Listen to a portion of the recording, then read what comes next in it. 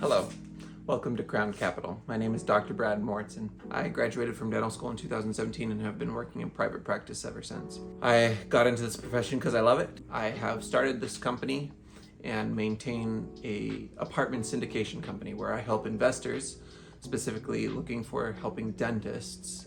I myself am a dentist. My dad is a dentist. My grandpa was a dentist. I have lots of friends. And I realize what a great investment it has helped me, and I want to help others do the same. In so doing, here at Crown Capital, I want to help you as a dentist hang up your handpiece, augment your lifestyle, and prepare for yourself for a financially free future. When we are looking at operators, we are looking for 10 different things. Operators, for those of you who are new to the apartment realm, operators are people who are in charge of the apartment complex itself. There are investors who bring their money to the table, and then there are operators who take care of the property. They usually find the deal, they work out the management, they work out the structuring of the deal. This allows you as an investor to get return on your money, but you need to make sure that the operators are doing what you're expecting out of the property. There are 10 different things. The first one is their track record. The second one is their investment strategy, their market knowledge, their financial transparency, their communication, their legal regulatory compliance, their fee structure, their exit strategy, reputation reference, and risk management. I'll go over each one of those briefly in this video. Experience and track record. We need to know how long they've been in the business and what type of properties they're looking for. Here at Crown Capital, we are looking for properties in the 1980 or newer. We want anywhere between 200 and 350 properties. Any of these numbers are more of general guidelines. They're not set in stone, but we're not going to go extremely out of them.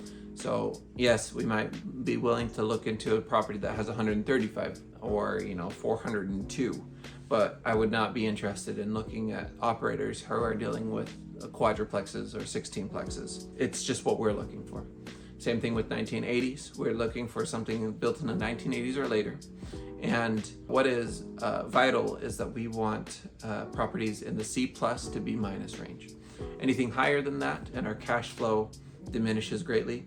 Anything lower than that, and the apartments tend not to hold their value as well and require a lot more maintenance. The second thing is we need to know their investment strategy. What are they looking to do with the property? There are individuals who just want to buy and hold and wait for natural appreciation to happen.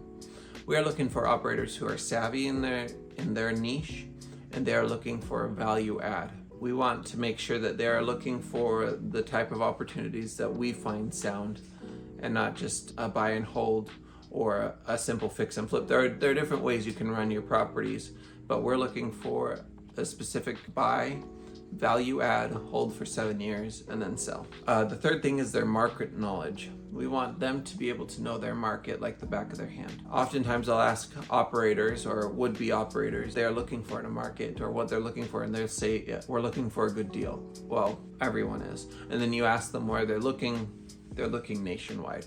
That's way too broad. That's not gonna get anyone. We're gonna end ourselves into trouble. I want them to tell me 1 to 3 places. Again, these are general guidelines, but if they start listing off multiple states and multiple counties, multiple areas, we got a problem. But if they're niched down into maybe 1, 2, 3 areas, and they can tell me why, that's a green flag. We're ready to go with them to look into more things. I also want them to know about the area. What is the crime rate? There are certain percentages we don't want to work with. We want them to know why a particular area is good. We also want to make sure that they are aware of the population within that area and the job growth or decline. We don't want areas that have too heavily skewed in certain job areas or have the monopoly on certain population groups or certain jobs that it's hard to explain without getting too far into the weeds. But we don't want a job to overwhelm the majority of that area, because should something happen in that said sector, your property becomes at great risk. The fourth one is financial transparency. We want to be able to ask for financial documents and then to be able to give them to them. I kid you not, we've had operators that will say, oh no, we can't give them to you because those are trade secrets. And that's bullcrap. We won't work with those type of people. Even if they do have some magic silver bullet, that's not in the cards for us. We want to be able to see where our money is going.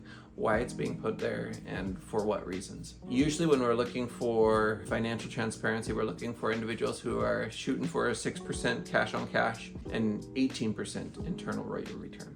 The communication goes with that. Number 5, how do they talk with their investors? How do they keep everybody in the loop? There will be things that will go wrong. There will be unforeseen expenses.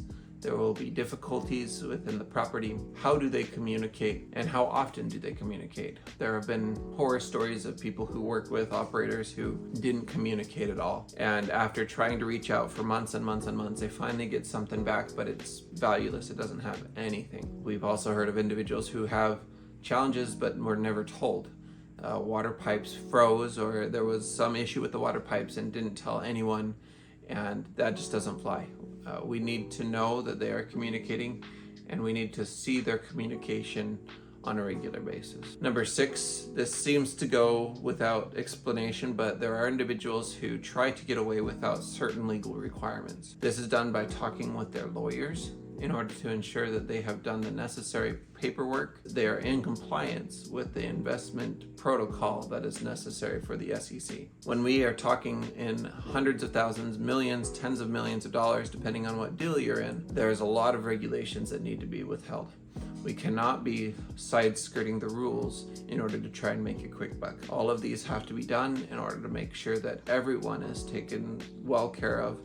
And if they can't, so when we talk with their lawyers, we need to make sure all of that paperwork is in place. The 7th one is what I get super giddy about, because that's a large reason of why starting this company, is when you can negotiate fee structures. And fee structures, what we're looking for is a 70-30 split, and that's a waterfall. And again, you don't need to understand too much of this, but the idea is that the investors come first, and then the operators will get paid. Now, if the property performs within the certain regulatory guidelines that we are looking for, everybody's happy. But if it performs better than that, we work out a deal where it's a 50-50 split, meaning that the investors get more and the operators get more. They get significantly more. This helps the operators be incentivized to be able to help and work so that they can get paid even more.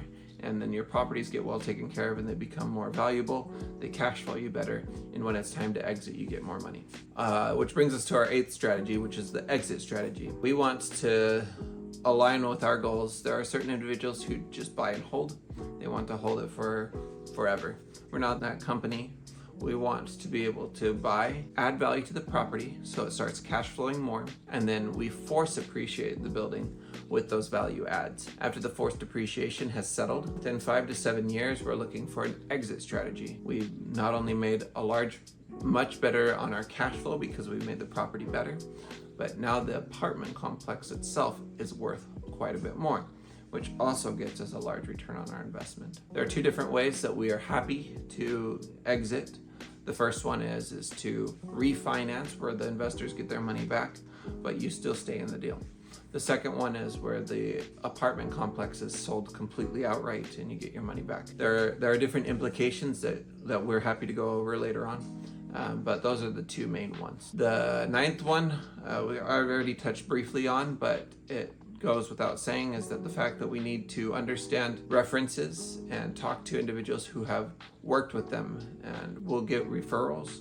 We'll get their people who have worked with them and seek out their reputation. Individuals who work for the company will always tell you how great they are. Even individuals who are getting good returns will tell you how great they are. Oftentimes we want to hear from individuals who've had troubles and why they had troubles. How did they deal with those troubles? A good captain is never tested in good weather. When bad weather, you want to see how they perform. And being able to get a referral who's willing to communicate that with you, and hearing that the captain was able to keep cool under pressure, that he communicated well, that he withheld, that he had financial transparency, all the things that I just talked about. That's something important to us, so we'll look for references and referrals. The last one is risk management. We want to know how they manage if and when economic downturns happen. What is their game plan? We want to make sure that when unexpected vacancies or damage to the property or expenses happen, when those unexpected events happen, what are they going to do about it? Part of this, we need to make sure that they have solid risk management where the investment is helping to make steady returns. They need to have reserves, they need to have proper insurances in place, etc. So there you have it.